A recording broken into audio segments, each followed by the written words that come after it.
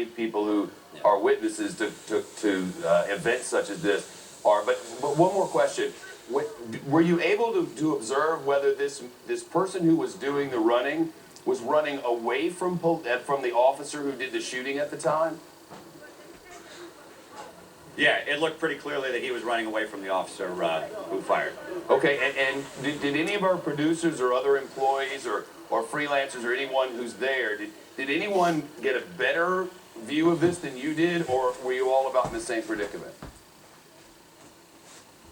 No, I was in the front seat, and some other people were in the back seat, so I probably would have had the best view of that ship. I just wonder if at the time there were a lot of people on the street when this police officer pulled a weapon and, as you describe it firsthand, fires at a person who was running away from that police officer.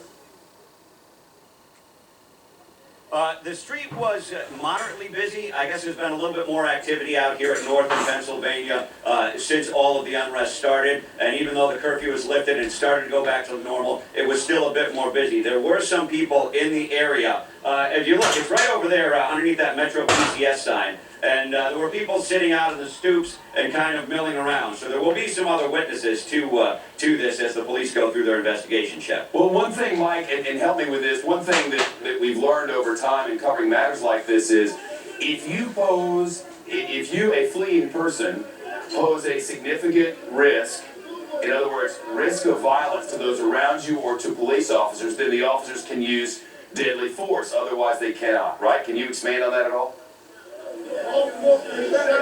Well, and if you look at what we know from the scene, that there was a gun on the scene. So if you start to extrapolate, and I'd have to speculate a little bit about what was going on, but that gun could present a lethal threat. So the gun would present a lethal threat, and the officer made the decision that he did.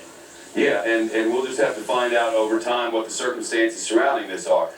It's interesting that right here and on this busy street, this is one of the streets where we've been the whole time, right? I mean, north, that's the epicenter of it all. Right, this is right at the epicenter, and that's why I was here getting ready to do a live shot for your show, as a matter of fact. And he ran, I put him about 20 yards away from us. And as it happens, there's now a gun on the ground, but we know an African-American male is running, a police officer is chasing, the officer pulls a weapon, according to witnesses on scene, our own Mike Tobin fires one shot, the African-American person is down, taken, Mike Tobin reports, within 10 minutes on a stretcher and into an ambulance. And according to the reporting of Mike Tobin, not doing so great, though we don't have anything official from authorities. So we've been witness to something that's been unfolding in Baltimore, and when we have more to it, we'll bring it to you. For the moment, though, I can tell you that the president is speaking and has been speaking on this matter in Baltimore. So let's listen to the president. Listen. And they just don't have the same kinds of chances that somebody like me had. They're just as talented as me. Just as smart. They don't get a chance. And because everyone has a part to play in this process, we brought everybody together. We brought business leaders and faith leaders, mayors, philanthropists, educators, entrepreneurs, athletes, musicians, actors, all united around the simple idea of giving all our young people the tools they need to achieve their full potential.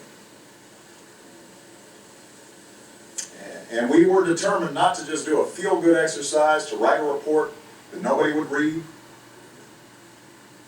to do some announcement, and then once the TV cameras had gone away and there weren't protests or riots, then somehow we went back to business as usual. We wanted something sustained. And for more than a year, we've been working with experts to identify some of the key milestones that matter most in every young person's life. From whether they enter school ready to learn, to whether they graduate ready for a career. Are they getting suspended in school? Can we intervene there? Are they in danger of falling into the criminal justice system? Can we catch them before they do? Key indicators that we know will make a difference. If a child's reading by the third grade at grade level, we know they've got a chance of doing better. If they aren't involved with the criminal justice system and aren't suspended while they're in school, we know they've got a chance of doing better.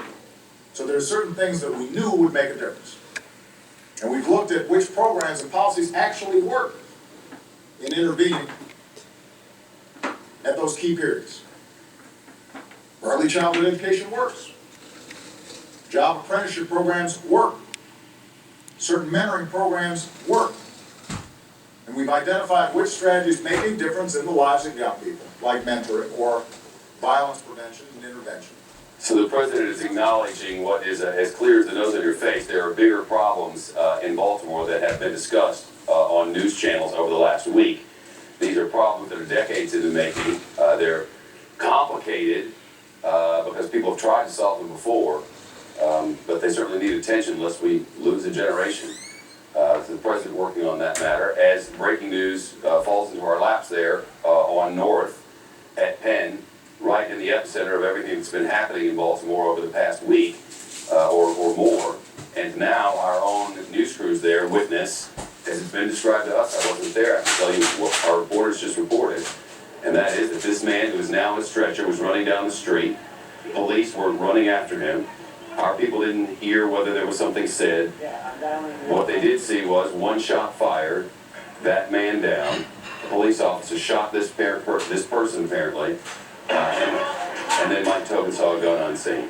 We do not know the condition of the person who's been shot. Mercedes Colwin, police are authorized to use deadly force under what circumstances? When they're in imminent fear of deadly force being used upon them or for public safety. If someone's running down the street, there's already been a gun. We don't know if it's been attributed to this gentleman who was shot, but if that gun had anything to do with that individual who's running away from the cops and he's got the gun in his hand, and even if he tosses it, the cops can use deadly force. So if police have said, stop, I'm a cop, freeze, drop your weapon, and instead the person runs with weapon in hand, the cop can use deadly force. Absolutely, because weapon in hand and then he may have even tossed it. I mean, that's some scenario that we can actually foresee this happening. Of course, we can't say with certainty any more than, as far as I know, anybody else with whom we've spoken can say. There's an investigation that has to take place here.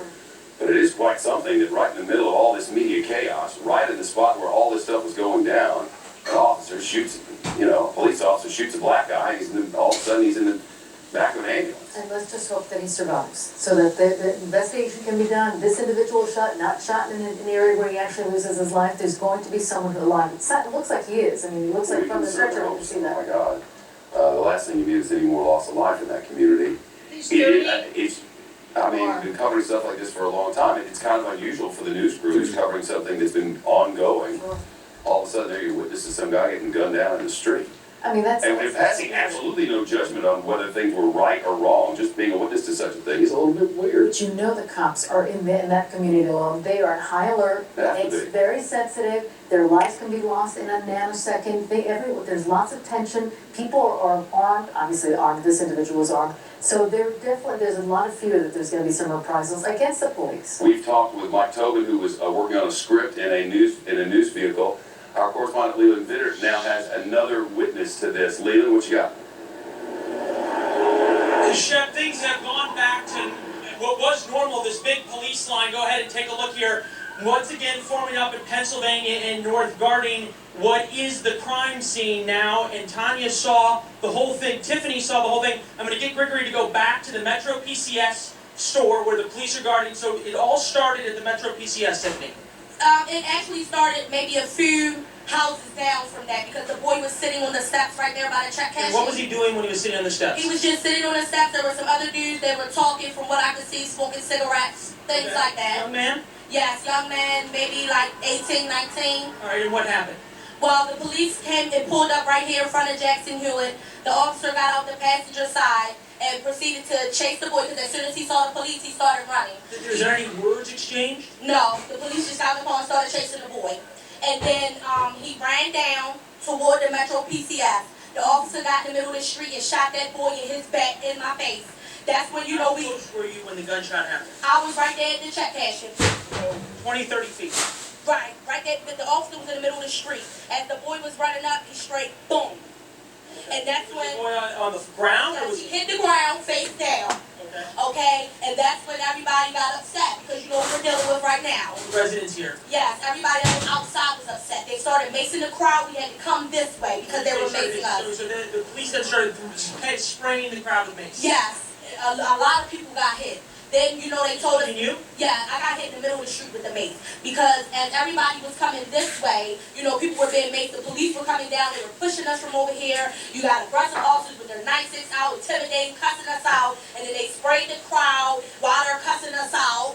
You know? Is this, when you saw this happen, what was your thought process? Were you scared? Did you think there was going to be more shooting? What did you think? In my mind, it was, here we go again.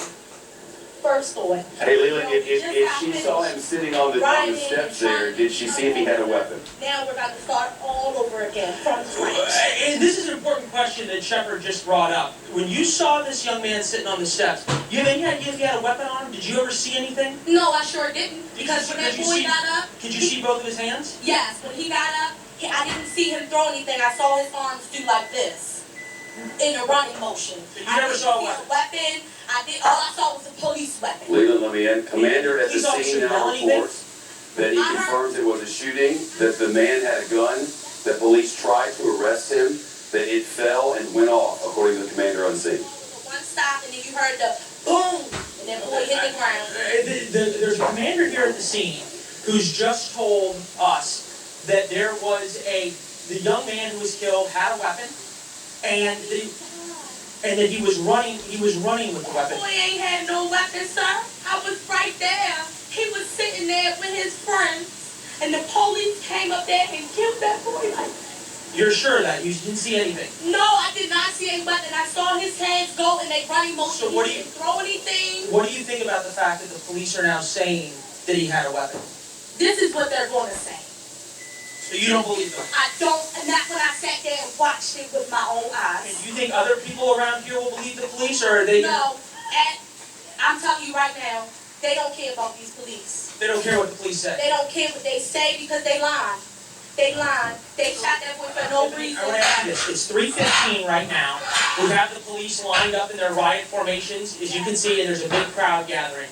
This is ground zero. This is where the CVS burned. Are we going to have a repeat of the kind of violence we had before? Sir, on my honest opinion, yes, I do think so. Because too many people were out here to watch that Caucasian police officer shoot that young black boy. This is the second one. We just came from off of Freddie Gray.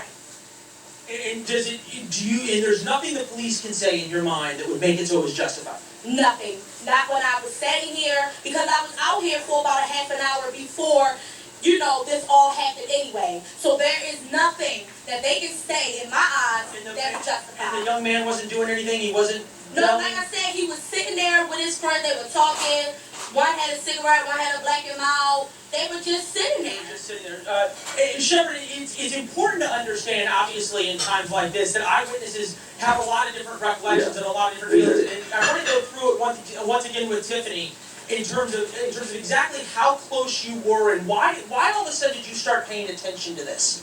Well, I know because this is kind of a known area for a lot of different trafficking. Like what? I want to say it. So there's a lot of drugs that go on. I didn't say drugs. I know that you can get hair from the beauty supply store to the beauty supply store. So there's a lot of traffic because everybody can get a lot of things right here. You know, before CVS was gone, the library. You got There's a lot of police officers tell us that this is a very high drug, high crime area. Is that true, you think?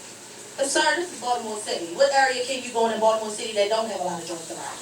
Let's be completely All right, well, that's fair. Okay, so you were here, and then all of a sudden you started paying attention.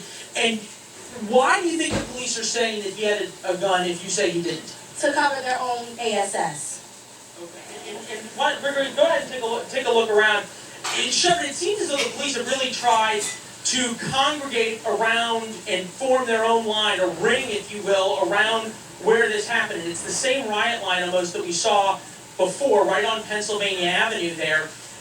The fire trucks are gone, and also the ambulances are gone as well. I wondered if you have any more questions for Tiffany. Well, I actually wanted, there's more than one witness here. The police are protecting the crime scene there because that's an ongoing crime scene, I would guess. Somebody's been shot. Our Mike Tobin also witnessed this, and Mike is back with us.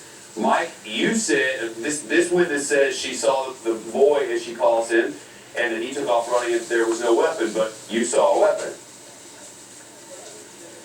Yeah, I saw a weapon on the ground. And, I was in a car with people, and we have security staff while we're covering this story. And one of my security guards says that he saw the guy reaching for the front of his pants, if you will. What I saw is not inconsistent with that. I mean, his arms were toward the front of him. I can't really specifically identify the action as reaching for a weapon that would have been stuffed in the front of his pants, but I definitely saw a gun laying on the sidewalk with an officer standing over it. And in fact, if you go back with it, we fed it in a bunch of video to you guys in a big rush, so if you go back through the raw video, the picture of that gun is there. It's a 6-shooter with a long barrel, looks a little old and beat up. It's on screen right now. Underneath the officership. Yeah, so there's a weapon on the scene. And I'm guessing that this officer in this, we have taken a frame grab, and officers or somebody, maybe an officer standing over it. It looks in an effort to keep anybody else from getting. Describe to us why this officer's standing over this weapon. Well, in essence, to preserve the crime scene, to use a formal term, but they don't want anybody messing with the evidence that's on the scene. Obviously, this is going to be a key piece of evidence. So he's going to stand there and try to keep anyone from picking it up, getting fingerprints, moving it, taking it from the scene. So he just stood there and guarded the crime scene to the extent he could. You're going to have a contaminated crime scene because people rushed up there and they stood around the suspect and or victim who was laying on the ground. And they shouted at the police officer. There was one police officer on the scene who looked like he was trying to render some sort of aid. Really what it looked like to me is he was just sort of propping his shoulder up, and the guy was kind of half in, half out. He didn't look to be in good shape at all, Chef. Mercedes Coleman, lawyer on the scene, on set with us now. That gun there, you saw people throwing plastic bottles or something at the officer trying to fend them back. But they'll now test that weapon. And undoubtedly, they're gonna look for those fingerprints. They wanna know who was the last person who handled that gun, and presumably it was the kid who the cops shot. Well, we really don't know how old that person is, but we do know Mike Tobin says that, the security guard saw reaching for the weapon. I mean, it's kind of frankly, we're in a very awkward position here. Sure. Our people are witness to something. We are speaking live with another witness, and frankly, they're telling two completely different stories. Something that is not unusual at all for police officers. The witnesses to one crime, everybody with the presumption of honesty in advance, but you just see different things in the middle of a situation that is outside your norm. Well, that young woman is looking at it from her prism. Her prism is like the police are the enemy. They're the ones that are attacking us. We're prey to them. Look, they're gonna lie about it. This kid didn't have, we don't even know how old he is, but this individual didn't have a gun, and he's running away from the police, and he was shot down by the police. Like, this is her narrative. This is what she truly believes, but here's someone, or a colleague who's saying, wait a minute, we saw a gun, here's a police officer trying to secure the crime scene. So obviously there was a gun in place. There's another witness that's gonna say, no, I saw him reaching for his waistband, and presumably it was for that gun. There was a shooting. I mean, all these things will come to bear based on those. You need some independent evidence. Fingerprints on that gun, because it's critical. Hey, Mike, you said you have some security folks there who saw the reach for the weapon. Did anybody see this or saw the reach for the waistband? Did anybody see this weapon drop, or did you just see it in the street? Because the commander on the scene confirms there was a shooting, that the man had a gun. Police tried to arrest him, and I'm quoting here, "It fell and went off," says the incident commander. I only counted one gunshot. That's what I heard. And I was inside of a vehicle with the windows rolled up, and also in between me and the action was a row of parked cars. So you had, if you look back at the street, it's hard to tell right now, that's west down North Avenue, and right at the Metro PCS. We were sitting, in fact, you can still see our car now surrounded by police. That's the black SUV. So we're looking across the street, and people were sitting on the stoop, sort of as those people are there. And we saw him kind of flash through the center of the street, run in between the cars. The police officer was in pursuit, and the police officer's weapon came out. I counted one gunshot. I did not hear a secondary gunshot yet. So I can't tell you that I heard it anyway. Yeah. So here's what we have. We have a young woman who says she saw a guy. They keep using the word kid. I have no idea how old this person is. I don't know whether this person is a victim. I don't know whether this person is a suspect. I don't have enough information. So we'll just say the person who was shot. The person who was shot is on a porch hanging out with some friends, according to this first witness. The person starts running up North Avenue, right there in the middle of all of this. Is being chased by officers, and as that woman puts it, they just shot him in the street. He fell down. Now, Mike Tobin is in his news car, and sees the guy coming up the street. Hears one shot, sees the guy fall.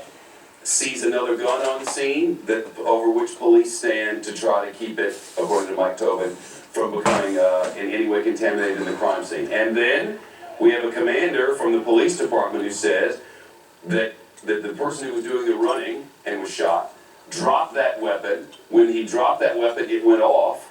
That after that, he was shot by a pursuing officer, and that now, under all circumstances, that person has been taken to a hospital.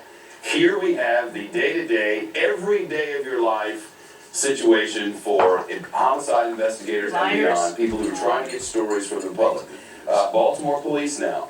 The reports of a man being shot at North in Pennsylvania are not true. Officers have arrested a man for a handgun at the location. Quoting again, the reports of a man being shot at North and Pennsylvania Avenue are not true. Officers have arrested a man for a handgun at the location. Mike Tobin? Well, I heard one shot go off, Shep. I saw a guy down who looked like he was in bad shape. I could not see a wound. The people on the scene are saying here that he was shot in the back, and that would be consistent with the fact that he was running away from the police officers. See any blood on the street? Did I see him get hit? I did not see any blood on the street. You know what I wonder? What I wonder is if everybody involved here, no knocks on anybody, this is playing out live in front of us. We can't very well ignore it when it happens when our people are standing right there. But it sounds to me like it's altogether possible that the gun fell, the gun went off. When it did go off, the guy, spread eagle on the ground, he's hurt. He's at least fallen on pavement. He needs to go to the hospital. So is it possible that it was his weapon that went off? The police never even fired a shot. That the woman who thought she saw a cop gun a boy down. That Mike Tobin who thought that everybody who was there was wrong about all of it. Could be, absolutely. Welcome to witnessing things. Exactly, but that's what happens, and that's why these jurors sit back and like, what makes the most reasonable sense? What makes the most sense? You are surrounded by all these individuals, you've got your flanked by officers, nobody's going to be executing anyone. No one's gonna Can we sit get there and Baltimore say, I'm police gonna on the shoot phone? someone Anybody? down. Anybody working on that? They're working on that, obviously. So, yeah. Go on, keep going. No, I mean, so that's really the bottom line, is the jurors are gonna start, even the investigators are gonna shift through this and say, what makes the most reasonable sense? That there was an arrest, that gun was discharged, that individual was down on the ground, he was part of the process, being processed for the arrest. That's the reason why he was there. And this young woman who just was interviewed before, by Leland, that's in her mind, she truly believes he was just gonna do. Again, the report from Baltimore police, the reports of a man being shot at North and Pennsylvania Avenue are not true. She knows. Officers have arrested a man for a handgun at the location. We have a number of people there. I know they're off trying to get information from officers. I've known Mike Tobin a long time. And one thing I assure you is, Mike Tobin would never say something that he thinks to be untrue. I've worked with him long enough, worked with all kinds of people. Mike Tobin would never, ever do that. I bet my life on it. Absolutely. But Mike Tobin, who is a seasoned correspondent who spent many years covering wars in the Middle East and is tough as nails, believes to the core of his being that he witnessed an officer shoot a man and then that man drop his gun, or he would not have reported on this, I'm certain. That woman who was interviewed a minute ago, I've been interviewing people a long time. You saw how convinced she was. She wasn't a woman spinning a tale. She was crying. She was literally physically crying. She had a visceral reaction to what she believed she had seen. And the police are saying, what I believe police are saying is, in fact I know what they're saying is, that a weapon went off, the one being carried by the person they were pursuing, that when that weapon went off, everybody came to conclusions, but actually what happened is, the man who was carrying the weapon went down to the pavement. 10 minutes later, they took that man to the hospital.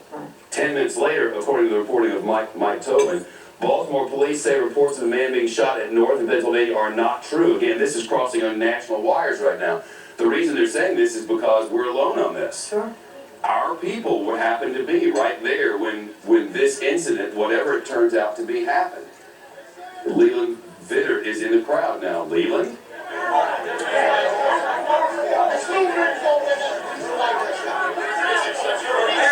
Leland Vitter, are you there? I am sure we're live on television right now. I have an officer saying that no one was shot. Nobody was shot How are you sure about that? because we have no shooting victim right now. So there's no gunshot wound. There's no gunshot wounds reported at this time, no. How do witnesses say there was a I gunshot wound? think it was just a misperception in the community that stemmed out, so. And we will have our PIO piece, talk to you guys and brief you in 1 second. I just want to make sure the community understands, because they're upset that nobody was shot, Are you okay? worried about how big this crowd is? Stop it. No, we're not, we're I fine. didn't mean for that to be on TV, sorry. I just mean, come on back to the set now. It sounds to me like what's happened is, we screwed up, what it sounds like. I can tell you one thing, Mike Tobin would never have been through this. Mike Tobin thought he saw somebody get shot, and there was a gun, and there was a patient on a stretcher, and there was a woman who said she saw the cops gun him down, and there's gonna be violence and all the rest of that. And what we have is nothing. And the truth is, according to police, there is no gunshot victim. The person who fell in the street there is being taken to hospital because the person, I assume, went down on the street after dropping the weapon. These are not normal environs to most people. Places where there are transactions on the street, as the woman put it. That's not how everybody lives every moment of every day. That's not how Mike Tobin lives, and that's not how Leland Vittert lives, and that's not how our security guard lives, but from everything we've learned from that scene over the past weeks, that's part of life there, and that's part of the problem there. And a bunch of people who were trained at this sort of thing saw it, and it wasn't real. And now something has been created there that is wrong and unnecessary. We were wrong, our people on scene were